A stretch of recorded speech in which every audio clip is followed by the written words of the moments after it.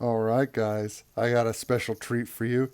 We just finished putting together an awesome Orky vehicle. It's so freaking cool. And I just had to share it with you guys. So, Tyler, when he donated all those bits, he also donated a kit for a little World War II tank. And I was like, oh my gosh, I'm going to turn this into a grot tank. Now, I know grot tanks are legend right now, so I'm going to be fielding this as a BoomDakka SnazzWagon. And what screams SnazzWagon more than this ginormous, oversized plasma cannon? I think it's from the Russ. So my thought with this kit was, all right, let's just make this like this is going to be like if we're going to paint this in Bad Moon yellow. These are some Bad Moon grots who just raided the treasury and stole all the teeth before they overthrew their masters, and they just had a lot of money.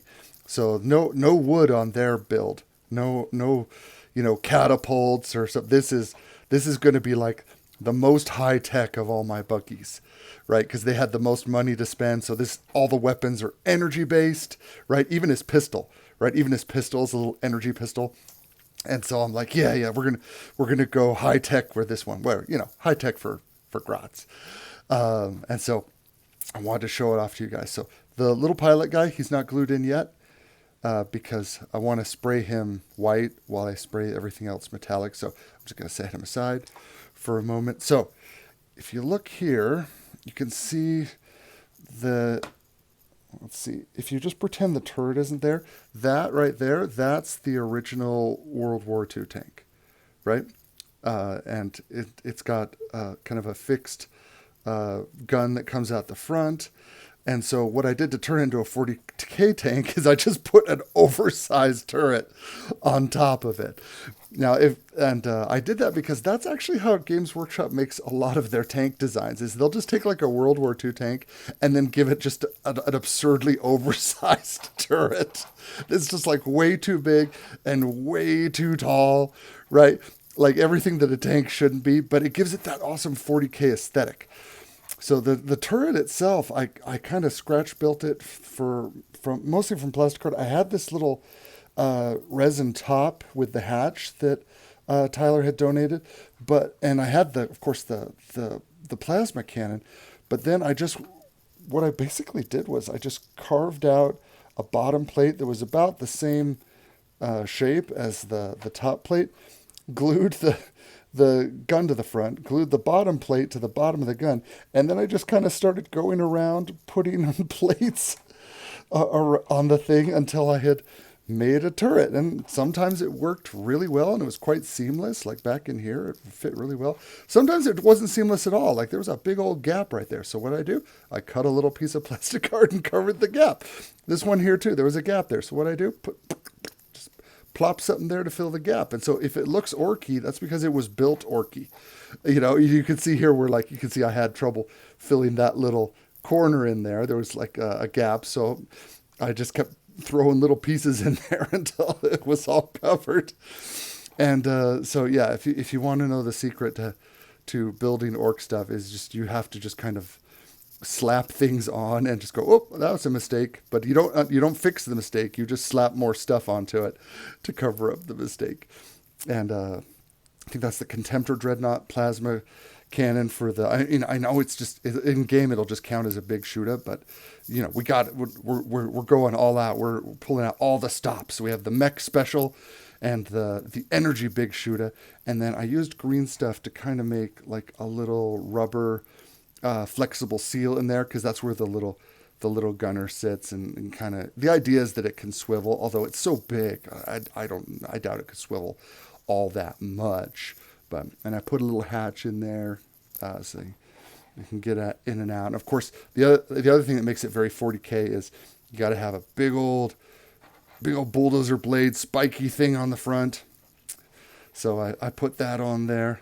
I think this is like from the Ridge Runner right there. There's a lot of GSC parts in here, like this little greebly right here. I love these greeblies so much because you can just kind of slap them on anywhere. There's another one there. You can just slap them on anywhere and they just add all this detail, and you don't really have to think about it. It's just, oh, I need a sci-fi detail right there. So you just bloop, plop it on. This is the, I think the Kasserkin ammo box, and it just made a great little engine exhaust bit, because I'm like, no, this thing runs not just on squig fuel. This has like squig Mr. Fusion, it going on in there. And then I wanted a lot of batteries, so there's the las cannon battery. There's a whole bank of batteries on that side, and on this side here, although not symmetrical, because that's unorky. But just, it's to power this massive gun, you're just going to need massive amounts of power and capacitors and stuff. And then here on the side, these are the melter guns from the Contemptor. And I'm just like, well, I just cut off the barrel, flipped it over, and with that little tank there, that makes a really nice little engine bit on the side. And these little tanks here, I drilled them out, and they make really good exhausts. So there you go. That looks really good right there. Okay, this little damage here. Now, I always damage up and chip up everything to make it look very orky, but this one here has a story behind it. So when I glued it on, it glued on wonky, and I was like, man, I gotta pull it off and put it back on. So I tried pulling it off, and it didn't pull off. And I pulled a little harder, and it didn't pull off. And then I pulled a little harder, and it still didn't pull off. And I'm like, crap! It's set in place, and it's in the wrong. It's in the wrong position. Now, sometimes when that happens, I'll just leave it there, because orc stuff can be pretty slapshot. But I didn't like it. It was too much. So I actually got out my pliers, grabbed it, and snapped the piece off, and it did just a huge amount of damage to the bit. So I'm like, you know what? That was planned. That was totally planned. I was going to damage it anyway. So that one, I always damage up my bits, but that one was actual damage that happened because I had to use pliers to get it off the way I wanted. And there's little shovels in there. That's another one of those GSC bits that I absolutely adore. They're just the best. And there's got the hatch. And so, I also tried to kind of follow the Games Workshop style of a centerline main turret with an offset body weapon, usually like a las cannon on Lehman Russ, and then offset like smoke. Don't focus on my finger. They don't want to see my finger. They want to see this with the searchlight and the smoke launchers kind of offset there. And so it achieves balance by just kind of moving things a little that way, a little this way. That's a very classic Games Workshop tank design. So I was trying to incorporate that. The model kit has these little rubber tracks that you stretch over the wheels, but one was missing. So what do? Do we give up? No, we just use some plastic card and make a new track. So, and the fact that the two tracks don't match, I think, enhances the effect, gives it even more character than before. And I think that's it's a Votan ammo box, but it looks great. When I put these two things there, I'm like, that just looks like an engine to me. So I love that. And I always try to put some little tow hooks on there, just because I'm in my mind, it's always like they've always got like 5 or 6 wagons of food and fungus beer and all the things that the ammunition, all the stuff that orcs just love to carry around with them.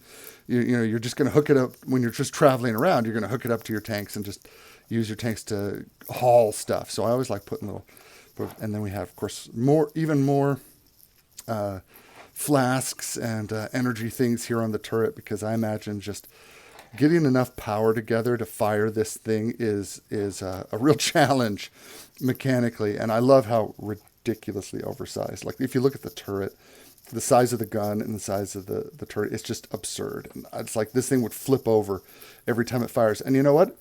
Maybe it does. Maybe it does flip over every time it fires.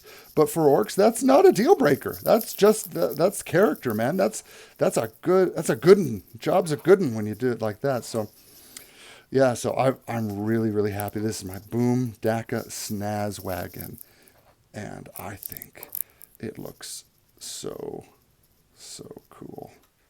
In fact, I think I might spray this thing and start painting it, just because I think it's so much fun. And I love grot tanks. My original plan was to make a ton of grot tanks, but then they got sent over to Legends. So I'm like, poo. But I can still make, things that look like grot tanks, as long as it's on the right base size and it's got the right weapons, this is going to be my SnazzWagon. So there's no reason a SnazzWagon can't look like an oversized grot tank, which is what this is. So I'm really pleased with this. Don't fall off, little guy. Don't fall off. Ah, ah, ah. So thanks for joining me there, guys, and I'll catch you later.